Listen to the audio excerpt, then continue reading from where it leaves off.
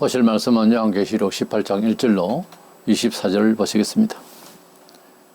일 후에 다른 천사가 하늘에서 내려오는 것을 보니 큰 권세를 가졌는데 그의 영광으로 땅이 환하여지더라. 힘찬 음성으로 외쳐 이르되 무너졌도다 무너졌도다 큰 성 바벨론이여 귀신의 처소와 각종 더러운 영이 모이는 곳과 각종 더럽고 가장한 새들이 모이는 곳이 되었도다. 그 음행의 진노의 포도주로 말미암아 만국이 무너졌으며 또 땅의 왕들이 그와 더불어 음행하였으며 땅의 상인들도 그 사체의 세력으로 치부하였도다 하더라. 또 내가 들으니 하늘로부터 다른 음성이 나서 이르되 내 백성아 거기서 나와 그의 죄에 참여하지 말고 그가 받을 재앙들을 받지 말라. 그의 죄는 하늘에 사무쳤으며 하나님은 그의 불의한 일을 기억하신지라. 그가 준 그대로 그에게 주고 그의 행위대로 갑절을 갚아 주고 그가 썩은 잔에도 갑절이나 썩어 그에게 주라. 그가 얼마나 자기를 영화롭게 하였으며 사치하였던지 그만큼 고통과 애통함으로 갚아주라. 그가 마음에 말하기를 나는 여왕으로 안전자요 과부가 아니라 결단코 애통함을 당하지 아니하리라 하니 그러므로 하루 동안에 그 재앙들이 이르니 곧 사망과 애통과 애통함과 흉년이라. 그가 또한 불에 살라지리니 그를 심판하시는 주 하나님은 강하신 자이심이라. 그와 함께 음행하고 사치하던 땅의 왕들이 그가 불타는 연기를 보고 위하여 울고 가슴을 치며 그의 고통을 무서워하여 멀리 서서 이르되 화이토다 화이토다 큰 성 견고한 성 바빌론이여 한 시간에 네 심판이 이르렀다 하리로다. 땅의 상인들이 그를 위하여 울고 애통하는 것은 다시 그들의 상품을 사는 자가 없음이라. 그 상품은 금과 은과 보석과 진주와 세마포와 자주 옷감과 비단과 붉은 옷감이요 각종 형목과 각종 상아 그릇이요 값진 나무와 구리와 철과 대리석으로 만든 각종 그릇이요 계피와 향료와 향과 향료와 유향과 포도주와 감람류와 고운 밀가루와 밀이요 소와 양과 말과 소리와 종들과 사람의 영혼들이라. 바벨론아 네 영혼이 탐하던 과일이 내게서 떠났으며 맛있는 것들과 빛난 것들이 다 없어졌으니 사람들이 결코 이것들 다시 보지 못하리로다. 바벨론으로 말미암아 치부한 이 상품의 상인들이 그의 고통을 무서워하여 멀리 서서 울고 애통하여 이르되 화이토다 화이토다 큰 성이여 세마포 옷과 자주 옷과 붉은 옷을 입고 금과 보석으로 진주로 보석과 진주로 꾸민 것인데 그러한 부가 한 시간에 망하였도다. 모든 선장과 각처를 다니는 승객들과 선원들과 바다에서 일하는 자들이 멀리 서서 그가 불타는 연기를 보고 외쳐 이르되 이 큰 성과 같은 성이 어디 있느냐 하며 티끌을 자기 머리에 뿌리고 울며 애통하여 외쳐 이르되 화이토다 화이토다 이 큰 성이여 바다에서 배부리는 모든 자들이 너의 보배로운 상품으로 치부하였더니 한 시간에 망하였도다. 하늘과 성도들과 사도들과 선지자들아 그로 말미암아 즐거워하라. 하나님이 너희를 위하여 그에게 심판을 행하셨음이라 하더라. 이에 한 흰센 천사가 큰 맷돌 같은 돌을 들어 바다에 던져 이르되 큰 성 바벨론이여 이같이 비참하게 던져져 결코 다시 보이지 아니하리로다. 또 검은 옷 하는 자와 풍류하는 자와 통소 부는 자와 나팔 부는 자들의 소리가 결코 다시 네 안에서 들리지 아니하고 어떠한 세공업자든지 결코 다시 네 안에서 보이지 아니하고 또 맷돌 소리가 결코 다시 네 안에서 들리지 아니하고 등불빛이 결코 다시 네 안에서 비치지 아니하고 신랑과 신부의 음성이 결코 다시 네 안에서 들리지 아니하리로다. 너희 상인들은 땅의 왕족들이라 내 복술로 말미암아 만국이 미혹되었도다. 선지자들과 성도들과 땅 및 땅 위에서 죽임을 당한 모든 자의 피가 그 성중에서 발견되었느니라 하더라. 아멘. 세계적인 지도자 적그리스도가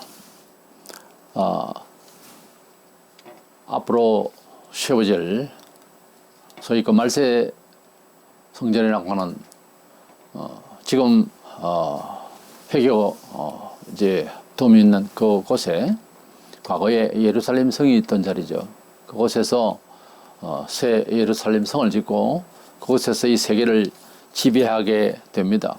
그 성은 너무도 견고하여서 조직도 그렇지만은 사람으로서는 정말 최대한의 그런 기술을 투자해서 아마 견고하게 지을 줄로 압니다. 이 바벨론 성은 절대 부서질 수 없는 그런 견고한 성이지만은 하나님께서는 이 10절에 큰 성, 견고한 성 바벨론이라 그렇게 말했습니다. 최강의 그런 성이지만은 하나님께서는 그것을 다 회파할 수가 있습니다. 그래서 이 세계를 종교로 통합시켜서 기독교인을 탄압시키고 또 사회윤리적으로 사람들의 인권을 짓밟고 하던 그 종교단체인 그 음녀가 바로 앞장에서 적그리스도부터 이제 불태움을 당하고 멸망을 당하는 것을 보았습니다.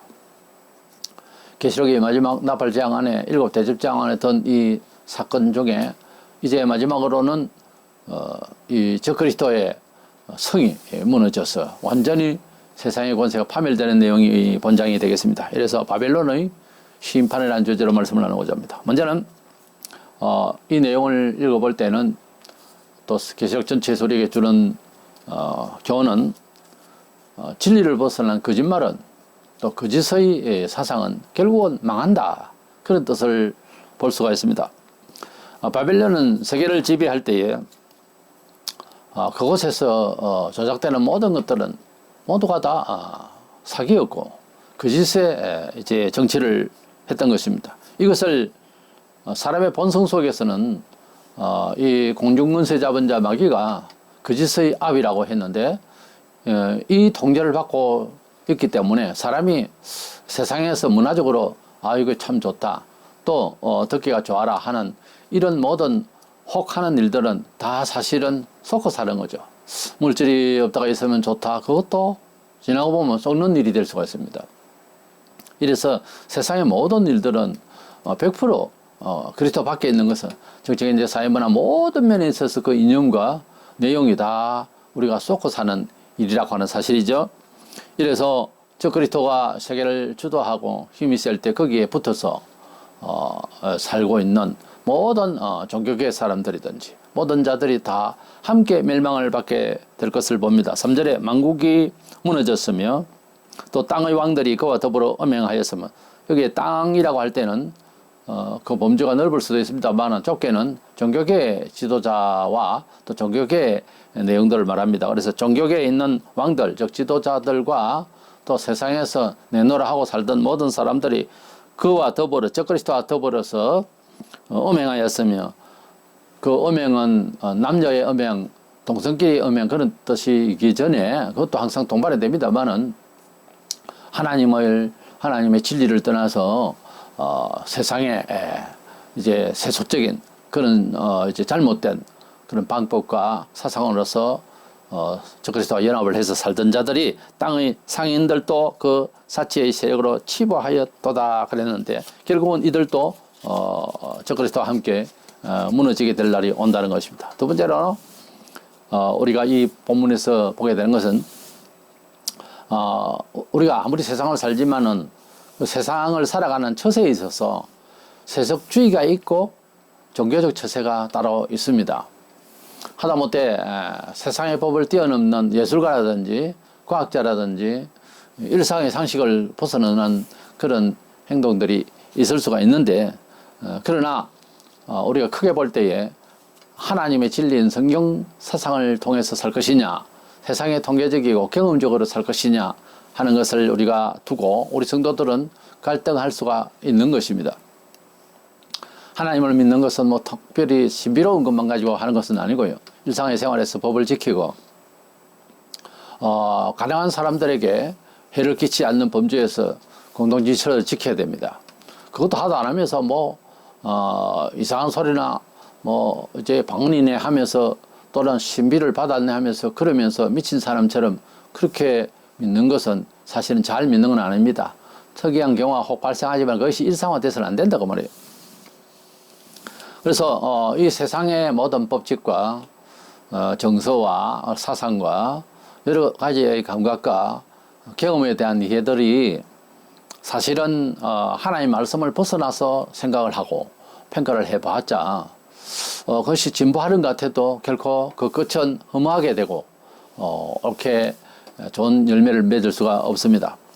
말세 교회들이 지금 현재 우리가 현실적으로 보고 있는데 물질을 많이 받으면 복을 받았고 뭐 이런 식으로 복음의 핵심 진리가 흐려져 있습니다. 아니 세속화되어 있습니다.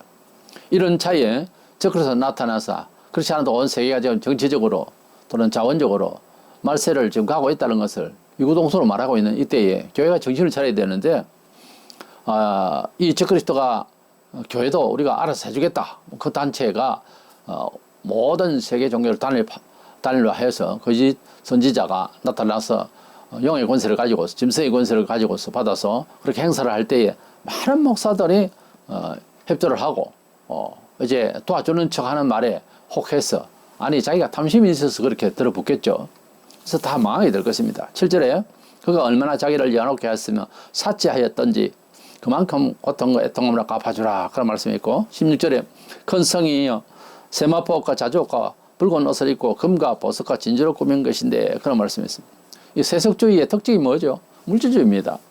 그 물질주의는 물질이 많은데 물질을 더 좋아한다는 것도 있지만은 어려울수록 더 큰 시험을 받습니다.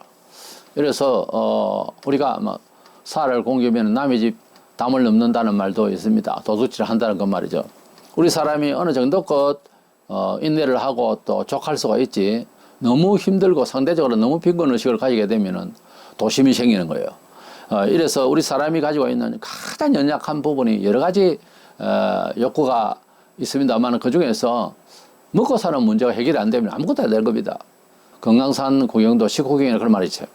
우리가 먹고 사는 문제에 대해서 우리 성도들이 알아야 될 것은 자족할 수 있고 어느 선까지 만족할 수 있는 것이 굉장히 중요합니다. 왜냐하면 물질적으로 해결하려고 그러고 물질적으로 욕망을 가지는 것을 최고로 아는 것에 대해서 시험받지 아니하고 절제될 수 있고 또 보편적인 그런 또 가난한 척의 사람을 이해할 수 있는 접근할 수 있는 내용이 되기 때문입니다. 그러나 물질주의로 나가버리면은 물리적으로 유물주의 사상이 딱 고착을 하면 사람이 사람을 바라볼 때에 무슨 옷을 입고 귀걸이는 어떤 걸 했으면 무슨 차를 타고 다니는지 그것도 먼저 봅니다. 이제 큰 실수를 하게 되는 거죠. 그래서 세속주의, 물리주의, 물질적인 것 이런 것으로서 지금 이미 교회가 평가를 이제 교회의 평가를 그렇게 하고 있어요. 그러니 이제 보통 문제가 아니죠. 그래서 이러한 일들을 통해서 우리는 이 마지막 시대에 물질에 혹시 이제 탐닉을 해서 또 그것을 이제 합당하게 여기는 그런 생각들로 살다가 보면은 저 그리스도가 물질적으로 지배하게 될 건데 안 그래도 정치적으로 통과를 하면서 그래서 시험을 받아서 멸망을 받을 수가 있으니 구약에서나 신약에서 물질주하다가 망하거나 자살한 사람이 많습니다. 그래서 우리는 하나님 앞에서 물질과 이 세속주의적인 철학에서 항상 건절을 하고 하나님의 뜻대로 살려고 방향을 돌려야 될 것입니다. 말세가 되면 디모데서 3장 2절에 사람들이 자기를 사랑하며 돈을 사랑하며 자기를 사랑한다는 말은 이기적이다고 말해요. 원래 사람은 공동체 의식을 가지고 사는 것이 훨씬 행복합니다. 나만 알고 내 뜻이 중요하고 이렇게 돼버리면은 고독해집니다, 사람이. 그래서 원래 사람을 지으실 때는 연합해서 살도록 만드셨어요, 하나님께서. 그 원리를 벗어나서 아무리 독신주의를 외치고 어쩌고 해도 불행합니다. 사람은 소프트웨어가 소위 하나님께서 심겨주신 삶의 원리에 그 동작에 맞춰서 살아야 되는 것이지 뭐 세상이 요구하고 시민사회에서 이슈가 되는 그런 것을 쫓아서 좋아라 하고 하다 보면은 망하게 되는 것입니다. 요즘 교회는 문화적으로 잘 되면 아주 잘 믿는 교회다 이렇게 해버립니다.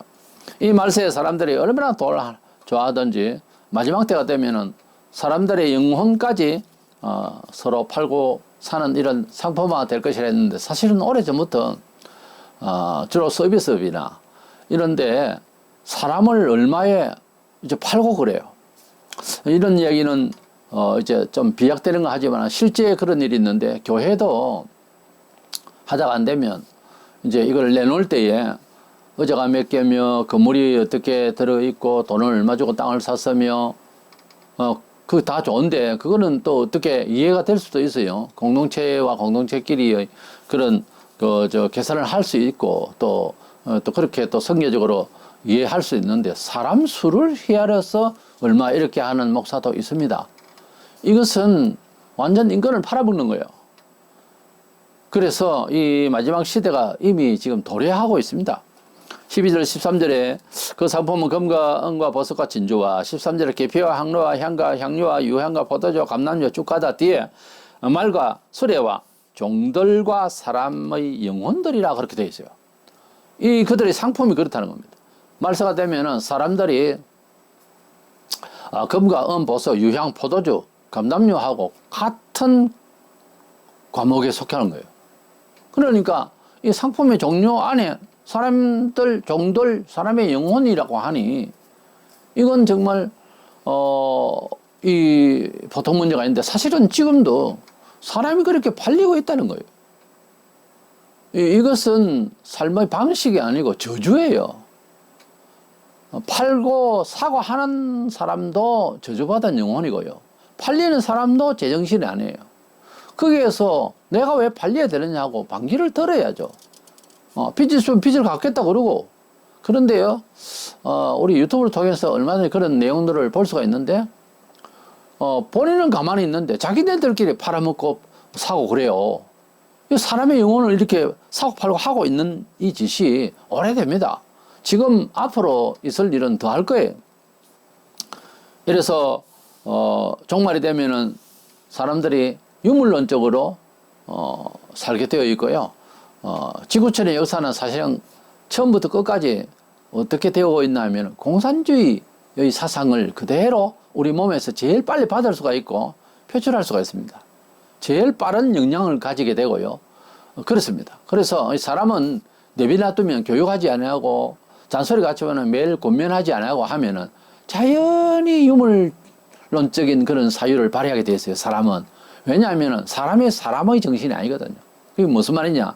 마귀가 이 세상을 지배하고 사람들의 모든 정치적 사회, 문화, 예술, 교육, 계통에 완전히 영향력을 끼치고 있다는 사실 눈에 안 보여서 그렇지 비 오듯이 온 세상을 지금 그렇게 거짓의 사상으로 젖게 하는 그런 사탄의 역사가 지금 계속되고 있기 때문에 하는 말입니다. 예수 믿고 거듭난 영혼이 있다 해도 본성에 육신이 있기 때문에 항상 권면을 받고 항상 말씀을 듣고 자꾸 까먹어요 또. 그러니까 계속 듣고 계속 간절하고 안 하면은 성도들도 시험을 받아서 영혼은 구원을 받을 수가 있겠죠. 예수를 믿는다는 것이 확정된 사람은. 그러나 본성은 항상 죄를 질 수가 있어요. 그러니까 이 본성의 죄에서 제일 공통적으로 빨리 발생하는 것은 물질적인 거라고요. 자꾸 돈이라 하면은 교인들도 그냥 뭐 주일날 돈을 많이 벌 수 있으면 교회 안 나가. 예배 안 한다고. 이게 굳이 뭐 적그리스도가 나타났을 때 일만 아니라요.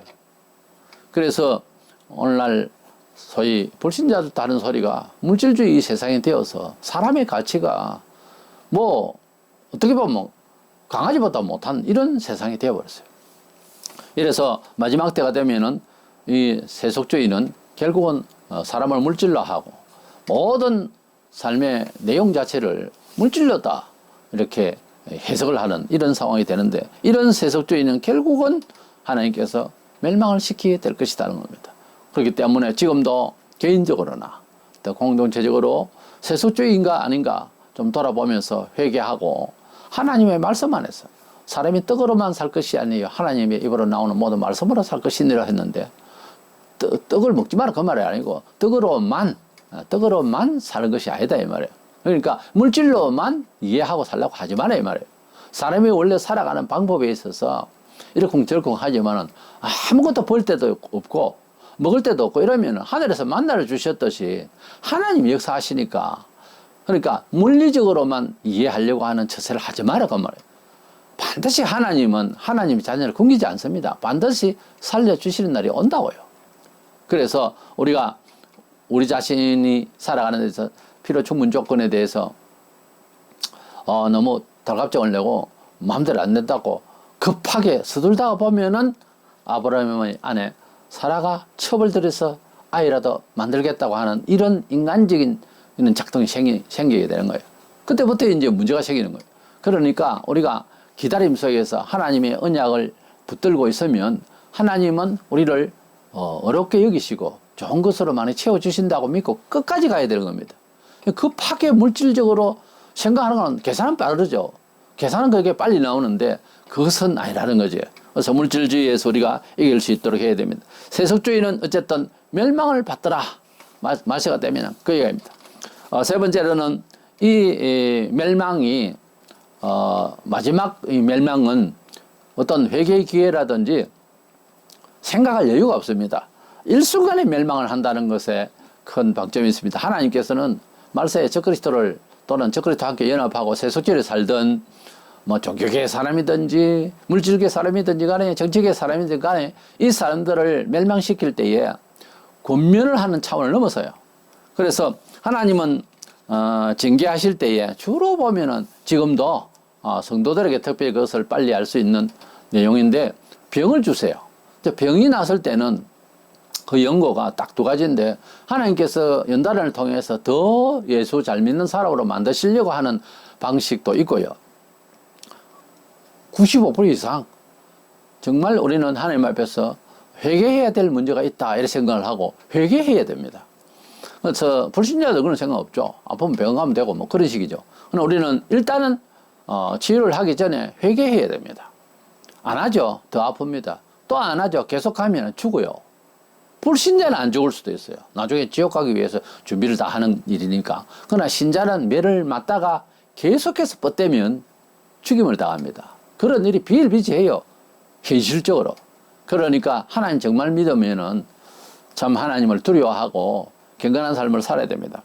8절에 하루 동안의 그 재앙들이 임한다 있고 10절에는 견고한 성 바벨론에 1시간에 내 심판이 이르렀다. 이 심판 받을 때는 사흘이든지 나흘이든지 일주일이든지 간에 그것이 금방 다 벌을 받아가지고 금세 벌을 받았다 이런 느낌이 나오는 겁니다. 이 표현들이 그렇게 되는 겁니다.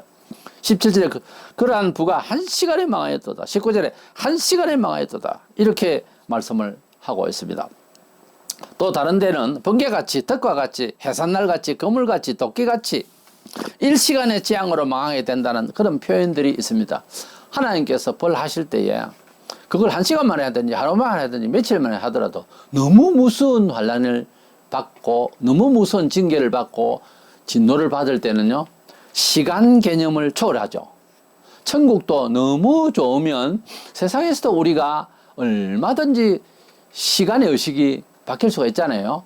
사랑하는 사람과 같이 있으면 금방 해가 넘어갈 때까지 시간이 빠릅니다. 그러나 미운 사람 딱 떨어져 있고 싶은 사람이 옆에 있으면 1분에 1시간 같다니까. 맞죠? 그런 일이 없습니까? 있겠죠? 자, 하나님의 나라에 가도 시간 개념이 사실은 시간 개념이 수도이 되어 있습니다만 그러나 과학적인 시간이 수도됐다. 시계 반대로 돌아가지 않는다. 이것이 아니고 우리 마음이 시간의식을 초월해버린다 이 말이죠. 초월해버린다 이 말이죠. 그래서 과학자들도 시공의 이 세계를 굉장히 물리적으로 생각해요. 시간은 아주 그 우주 밖에서 흐르는 거하고 여기하고는 다르다. 뭐 이런 우리는 얼른 이해가 안 되는데 과학자들은 그렇게도 말합니다. 시간이 똑같이 흐르지 않는다고. 이것은 우리가 어떻게 마음을 먹느냐에 따라서 의식화가 달라질 수가 있다는 거죠. 지옥에 가도 마찬가지. 시간 개념이 없어요. 10년 동안 100년 동안 지금 불구덩이 있는데도 오늘 처음 당하는 그런 마음으로 저주 속에 있는 거예요. 그러니까 말세에 저 그리스도와 그와 연합한 모든 사람들이 형벌을 받을 때에 며칠을 받든 한 달을 받든 딱 하루 만에 벌어진 일처럼 시간 개념이 끝나는 거예요. 시간 개념이 끝나는 것이 천국이면 더없이 좋지만 지옥이면 더없이 괴롭다는 거지. 이거는 시간을 두고 다툴 일이 아니고 이 개념을 넘어서 있는 그런 느낌의 무서운 내용이 바로 하나님의 마지막 때 심판인 겁니다. 구약시대에 소돔 고모라도 보세요. 쭉 살다가 너희들에게 저게 불신발 하겠다 이렇게 했을 때 불이 처음에 왕창 내려오는 것이 아니고 두두두둑 비 올 때도 그렇잖아요. 소나비가 올 때도 방울이 푹 그냥 속도가 가속되죠. 아마 그렇게 됐으리라고 봅니다. 갑자기 벅하니 불이 내려온 것이 아니고요. 유황불이 비 오듯이 오더라도 그랬을 때 이게 뭐지 하지만은 급속도로만 내려올 때 이것은 뭐 갑자기 임한 거라서 감당을 할 수가 없었던 거예요. 노아 때에는 조금 다른데 노아 후서는 오랜간 기간이 있어요. 그러나 비가 올 때는 그 경고의 시간은 지나갔지만은 비가 올 때는 뭐 한 달 열흘 동안 퍼부었지만은 이건 하루아침에 이렇게 된 것처럼 느껴진다 이 말이에요. 비가 벌써 무서운 비가 처음 맞이해 보는 거예요. 비를 성경적으로 볼 때는 그 사람들은 이렇게 노아의 여덟 식구가 이제 방주에 들어간 날부터 시작해서 비가 왔을 때에 그 비를 처음 보면서도 40일간 두드려 맞아도 이것은 어제나 오늘이나 시간 개념이 그대로 있는 거예요. 이래서 은총을 받는 것도요. 열흘이 지나도 꼭 하루 같고 징계를 받을 때도 열흘이 지나도 꼭 하루 같은 그런 느낌을 우리 사람은 가지게 되는 거예요. 돈벌이를 하는 사람도요. 돈을 한참 많이 벌 때는 장부에다가 기록도 못 한다고 하잖아요. 꼭 뭔가 땅에서 사는 것 같지 않게 이렇게 되는 거고요. 또 억울함을 당할 때도 열흘이 지나고 한 달이 지났는데도 꼭 하루처럼 처음 당하는 것처럼 계속된 마음이고 그것이 트라우마가 되면 다 나았는데도 다 해결이 됐는데도 한참 동안 가죠. 보세요. 시간 개념이라고 하는 것은 내 영혼은 과거에 묻어 그대로 일어서지도 못하는 경우가 발생할 수가 있어요. 우리가 예수님을 구주로 믿는다. 우리 죄를 위하여 2000년 전에 주님께서 십자가에서 못 박혀서 다 돌아가셨으니 우리를 위해서 제물이 되셨다. 성경에 수만 번을 이야기해요.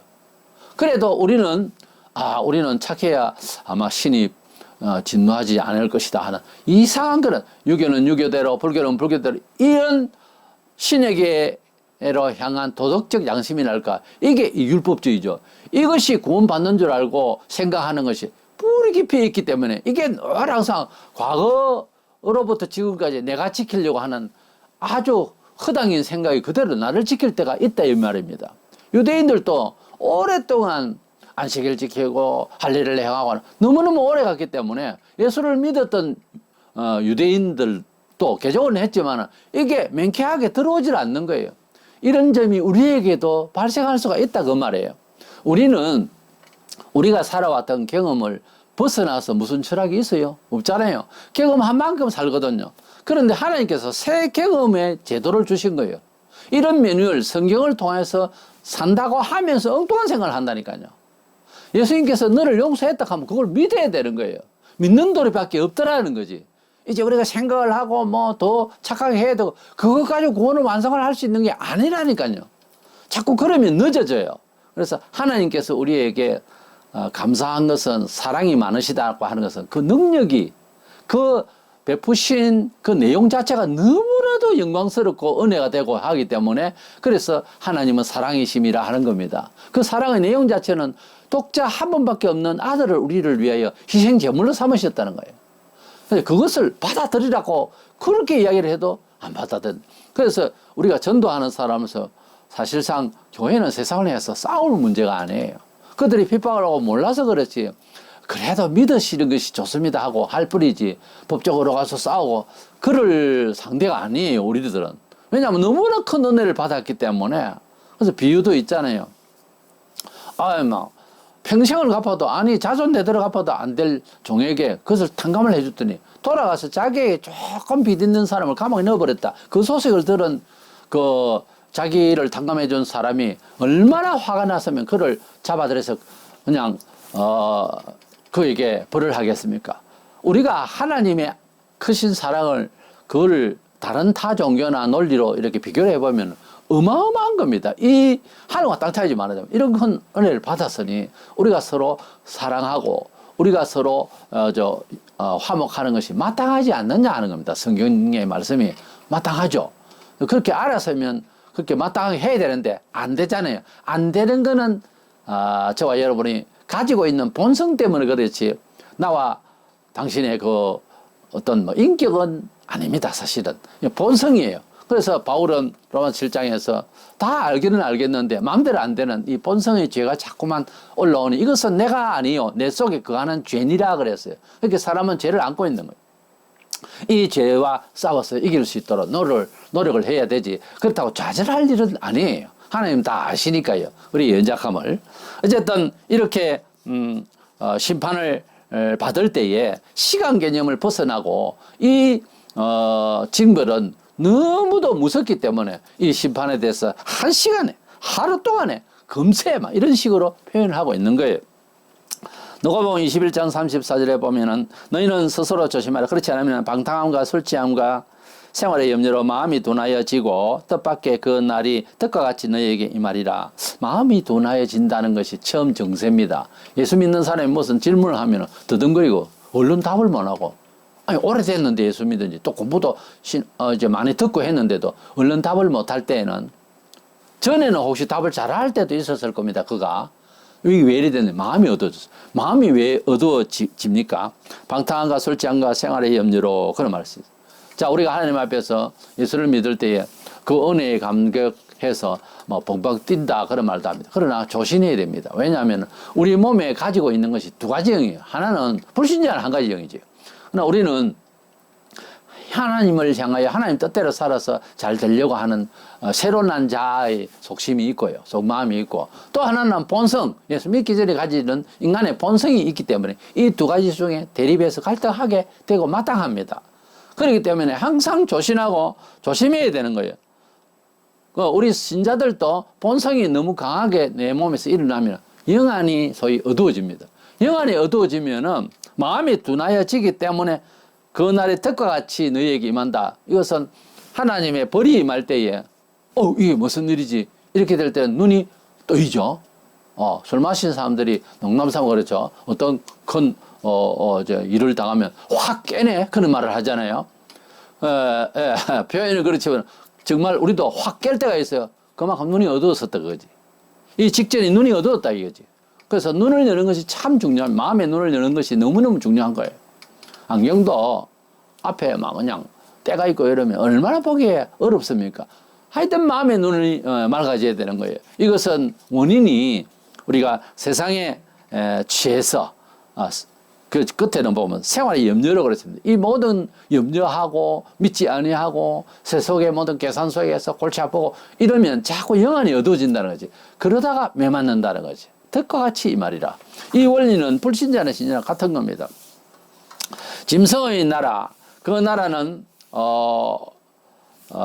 결국은 그 중심이 예루살렘 마지막 시대에 지어질 그 예루살렘 성 적그리스도의 말하자면 청와대가 되겠는데 그것도 다 멸망을 받게 되고 이제 우리 성도들이 고통을 받았던 모든 것을 우리 눈으로 하나님께서 회파하시는 것을 보면서 속이 서운하게 될 것입니다. 20절에 하늘과 성도들과 사도들과 선지자들아 그로 말미암아 즐거워하라. 하나님이 너희를 위하여 그에게 심판을 행하셨음이라 하더라. 자, 우리가 악당들이 우리 많은 성도들을 순교시키고 그 많은 죄를 우리에게 뒤집어 씌우고 우리가 너무 고통을 받았을 때에 우리가 하나님이여 저들을 용서하소서 하다가도 나중에는 너무 고통스러우니까 하나님이여 어려운 공판을 심판을 언제 하시겠습니까? 이렇게 계시록에 이제 하나님 앞에 심판의 때를 기다려야 되는 성도처럼 우리도 결국은 그렇게 돼요. 그때에 기다리라 기다리라 그랬지만은 이제 와서 이 모든 악의 세력을 완전히 해파하니까 우리가 속이 서운한 거예요. 안 서운할 겁니까? 아직 고통을 덜 받아서 그런 소리 합니다. 그래서 이 악한 무리들을 심판하시는 게 하나님이 너희를 위하여 그에게 심판을 행하셨다 이렇게 되어 있어요. 하나님께서 하나님 자신을 위해서 심판을 하시겠지만은 우리를 위로하신 말씀이 하나님이 너희를 위하여 그에게 심판을 행하셨다 그랬어요. 그러니까 우리를 위하여서 우리의 아픈 마음을 회복시켜 주시고 기쁘게 해 주시기 위해서 그 인내의 상으로 그들을 심판하는 것을 목격하게 될 것입니다. 짐승의 나라와 함께 세상 모든 나라 모든 문화의 모든 여건들이 다 멸망을 받게 되는데 22절부터 열거되고 있습니다. 여러 악기로 노는 세상이 이제 그치고 세공기계 그러면 IT 산업이죠.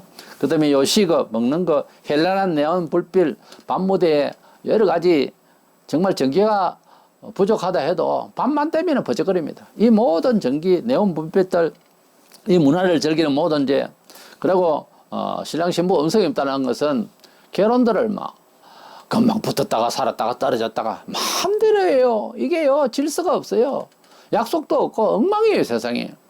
그래서 우리나라 지금 결혼하면은 10상 중에 5상은 이혼하는 그런 판국입니다. 정상적이지 않는 결혼도 그때는 하도 못해요. 이제는 그때는 하나님의 형벌이 있어서. 그리고 상업적인 이런 기만스러운 상업, 장사하는 사람들이 좀 정직하게 해야 되는데, 사업하는 사람들이, 제가 개인적으로 만나본 사람들 전부 사기꾼들이었습니다. 정상적인 사람을 내가 본 적이 없어요. 그런 사람 좀 만나봤으면 좋겠어요. 이렇게 모든 세상의 문화가 저 그리스도와 함께 다 멸망을 받게 될 것이다. 본문 4절에 또 내가 들으니 하늘로부터 다른 음성이 나서 이르되 내 백성아 거기서 나와 그의 죄에 참여하지 말고 그가 받을 재앙들을 받지 마라. 내 백성아 거기서 나오라 합니다. 우리가 이 세상에 살지만은 마음만은 나왔어. 정말 최소한 몸으로도 주일날은 세상에 빠져나왔어. 하나님의 나라를 악망하고 하나님을 즐겨 찬송하고 감사하는 이런 삶이 계속해서 이어져 가야 됩니다. 내 백성아 거기서 나오라. 우리가 앉을 자리에 앉고 누울 자리에 누워야 되고 참여할 자리에 참여해야지. 이 세상의 것들은 처음부터 그렇지만 갈수록 악해지고 교모한 말로서 교회도 인정할 만한 말로 아주 원래 공산주의자들이 보면은 말 표현에 있어서 은은유의가 심합니다. 전쟁이 없는 평화가 낫지 않느냐. 아주 좋은 이야기지요. 근데 평화가 저절로 안 생기지거든요, 원래. 그래서 이 말로서 행동으로서 사람을 이렇게 후리치는, 그래서 거기에서 희강기고, 그래서 함께 죽는 일이 없도록 내 백성아 거기서 나와 그 죄에 참여하지 말고 그 받을 재앙들을 함께 받지 마라. 이 세상에서는 우리는 하나님 앞에 적극적인 이런 이제 항상 훈련을 받습니다만 불신자들도 때로는 뭐 죄를 짓고 악한데도 잘 먹고 잘 살고 얼굴도 빛나고 하겠지만은 대부분 불신자들이 모르고 있는 게요. 특별히 성도들을 해치거나 공교회에 위협을 주거나 이러면 가만 안 놔둡니다. 하나님께서. 절대로요. 그래서 불신자 세계에도 너무 악하면 망하더라고. 하나님께서는 그런 잘못된 세속적인 그런 악한 그런 삶의 태에서 나오라. 직장이 혹시 술집입니까? 직장이 혹시 성도가 됐는데 그런 세속적인 데입니까? 거기서 나오라 하는 이 말씀을 믿고 나오면 좋은 일이 생길 겁니다. 나중에요, 이 세상을 이길 수 있는 달고나 놀라운 영역이 생깁니다. 우리가 그런 맛에서 예수를 믿어야지, 뭐 제도적이고, 뭐 저런 멀고, 교회는 가깝고, 친구 사귈 사람도 많고, 내 장사하기 위해서 광고하기도 좋고, 그 교회 나옵니까? 멸망이 그냥 2배로 있을 겁니다. 그러지 마세요. 그러다가 예수 잘 믿는다고요? 안 됩니다. 그런 식으로 출발하는 사람은 끝까지 가요, 거기에. 잘 믿을 것 같이요. 교회를 머릿수 채우기 위해서 오만 이벤트를 다 하는데 그 사람들이 예수를 믿을 것 같습니까? 안 믿어요. 그래가지고는.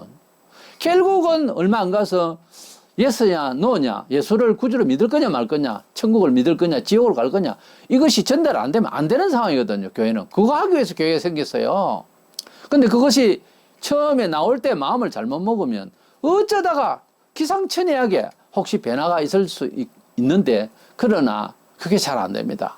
공산주의 사장에서 주사파에서 이제 전환된다고 하는 것은 굉장히 어렵다고 하잖아요. 우리가 하나님의 백성이 된다고 하는 이것은 방식에 있어서 세속적으로 이해시키고 이벤트를 하고 교회 문을 크게 열고 아무나 들어오세요. 그런다고 해서, 그래서 들어왔다고 해서 예수 믿을 것 같아도 처음 마음 심보를 잘못 먹어가지고서는 안 됩니다. 그러면 어떤 사람이 되어야 되느냐? 진지해야 되는 거예요. 하나님을 만나고 하나님과 함께 산다는 말은 너무너무 진지한 이야기지 웃자고 하는 이야기 아니에요. 주일날 예배할 때 웃자고 하는 것이 아니라니까요. 그래서 하나님께서 우리를 지금 이 시대에도 우리의 삶의 저수에서 빠져나오라. 그들이 받을 그러한 징계도 재앙도 받지 않도록 나와라. 왜? 징계를 반드시 하겠다 그 말이거든요. 이래서 하나님은 신불신간에 사람이 사는 원리를 벗어나서 세속적으로 살면은 반드시 징계한다라고 했으니 안 믿는 사람의 세계를 잘 살펴보시기 바랍니다. 아는 사람이라든지 자세히 깊숙이 들어가 보세요. 하나님 행보를 하시더라고. 믿는 사람은 그렇지만 안 믿는 사람은 괜찮다. 그래서 특별히 그렇게 또 괜찮은 척 하는 삶이 있을 수도 있어요. 시편에도 보면 악인들은 더 말이 잘 먹고 빛난다고 그렇게 뭐 상대적으로 불평을 하고 막 그래 할 수 있습니다만은 그럴 경우도 있죠. 그러나 결국은 망합니다. 자세히 들여다보면 그 집안에 꼭 아픔이 있고 괴롭습니다. 해결 방법이 없어요. 계속 틀어안고 있는 거지. 그래서 하나님께서는 신불신간에 사람을 지으신 분이라서 당신께서 사람을 이 세상에서 섭리대로 역사하실 때 원리를 벗어나면 불신자라도 매를 받는다 하는 겁니다. 그러니 신자들은 오죽하겠어요. 직접적인 간섭의 대상인데 말세에는 제약이 너무 많아서 불심판을 받는데요. 노아 때 물심판과 이제 말세의 불심판의 차이점을 보면 간단하게 살펴보면 노아 때에는 창세기 6장 5절에 여호와께서 사람의 죄악에 세상에 가득함과 그의 마음으로 생각하는 모든 계획이 항상 악할 뿐임을 보시고 이 세상에 가득했다. 그렇게 표현이 되어 있고요. 창세기 6장 11절에 그때 온 땅이 하나님 앞에 부패하여 포악함이 땅에 가득한지라 그렇게 되어 있어요. 그러니까 노아 때에는 땅이 모두 다 죄로 덮였다 하는 정도의 표현으로 죄가 그만큼이 되었다. 그래서 물로서 다 씻어버렸다는 거죠. 근데 말세가 되면은 5절에 그의 죄는 하늘에 사무쳤으며 하나님은 그의 불의한 일을 기억하신지라. 말세가 되면은 죄가 빈도수를 말하죠. 하늘에까지 왔다. 구체적으로는 지금 오존층이 갈라지고 하는 이 모든 것들이 우리 마음대로 살아서 하나님 주신 자연을 마음대로 취급했기 때문에 이렇게 된 거죠. 이게 하늘에까지 지금 죄가 보이는 거예요. 모든 환경을 다 파괴해냈어요. 그래서 갈수록 오존층이 이렇게 심화되면 결국은 이제 바로 햇빛에 쪼여서 이제 타 죽는 계시록에 이제 불에 타 죽는 일이 발생한다고 되어 있잖아요. 해의 뜨거움에 바로 그래서 우리가 만들어 놓은 이러한 죄악의 결과물로서 그렇게 우리가 당하는 거죠. 사실 우리가 과학에 도움도 받지만 과학 때문에 얼마나 많이 당하는지 몰라요.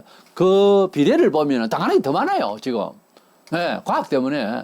과학을 하지 말자는 것이 아니라 하나님 뜻대로 안 했다는 거지, 조신하게. 그래서 학문을 하든지 연구를 하든지 과도하면 브레이크를 걸고 하나님 앞에서 이게 맞는지를 생각을 하고 해야 돼. 하다가 실컷 쌓았지만은 마무리만 하면 될 점에 가도 아니다 싶으면 다 무너뜨려야 되는 거예요. 그런 용기가 필요해. 그래야 되지. 그래야 살지. 끝까지 가면 이제 문제가 생기는 거예요, 이게. 그래서 노아 때는 땅에 관영했고, 마지막 때가 되면은 어떤, 죄든지 그 죄의 그 빈도가 여러 형태의 죄가 있지만 하늘을 찌른다는 거죠. 하늘까지 사무쳤다. 그러니 뭐 땅과 하늘까지 다 사무쳤으니 온통 이 지구는 뭐 날아가야 되는 거지 뭐. 그래서 지구를 완전히 파멸시키는 거예요. 그래서 베드로서 3장 12절을 보면 하나님의 날이 임하기를 바라보고 간절히 사모하라. 그날에 하늘이 불에 타서 풀어지고 물질이 뜨거운 불에 녹아지려니와 그랬어요. 하나님의 나라를 간절히 사모하라. 하늘이 불에 타서 없어진다. 왜 하늘이 불에 타서 없어질까? 노아 때는 비로 씻었지만 하늘에까지 죄가 찼다는 거지. 지금 과학적인 모든 일들이 하늘을 맑게 안 해놨습니다. 엉망입니다, 지금. 그래서 하늘도 불탄다. 이것은 죄의 빈도를 말하는 것이고 이제 마지막 때가 돼서 도저히 달나라 간다, 뭐라 간다, 안 됩니다. 그래가지고 사는 게 아니에요. 하나님께서 벌하실 때가 되면 완전히 파멸시킨다. 하늘도 불타고 없어지면 뭐 어떻게 살 겁니까? 이래서 우리는 이 마지막 시대에 적그리스도가 아직 도래하지 않아도 적그리스도가 정치할 때에 사상적으로 첫째, 진리를 이제 적대하죠. 그래서 성도들을 죽이고 하나님을 욕하고 하는 사람이 나타나게 될 것입니다. 지금은 말을 한 듯 만 듯 하지만 다음에는 정치가 나오면요 바로 들이대놓고 하나님을 욕할 겁니다. 그리고 최고 세게 욕할 적그리스도가 나타날 거예요. 그러기까지 가기까지는요 물질주의를 계속해서 교회도 타락하고 세상도 계속해서 불의하고 동성애의 문제만 아닙니다. 별짓이 법으로 막 제정해가면서 짐승같이 살 거예요. 안 그래야 될 것 같지요. 이미 세상은 그렇습니다.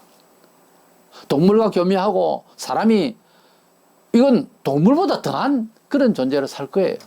이런 가치관의 이러한 여러 가지 혼란이 결국은 스스로 자멸도 하지만 하나님을 분노케 하고 이래서 그 가운데 살아남으려고 모든 종교계도 거짓 선자에 그렇게 합세를 해서 통합이 돼가지고 적그리스도를 위하고 적그리스도를 경배하고 이런 날이 오게 될 때 사람의 가치관이 바르겠어요? 완전히 동물 같은 생각을 가지고 그냥 벌 받고 말아야지. 그래서 우리는 어차피 그런 세상을 살고 있어요. 우리 성도는 이미 그런 세상을 이미 살고 있고 그런 모습들이 여기저기서 막 보입니다. 숨어 있어 그렇지 다 보여요 지금. 이런 때에 우리는 하나님 나라를 삼하고 깨끗하고 완전하고 새롭게 된 전혀 새 하늘과 새 땅의 그 나라에서 정말 의로움과 기쁨과 착함과 그런 것으로 충만한 사회, 그런 곳에서 우리가 살 것을 기다리면서 여기서부터 연습해야 되겠죠. 모든 통계에 이웃이 다 그러던데 그러지 말고 돈 좋아하지 말고요.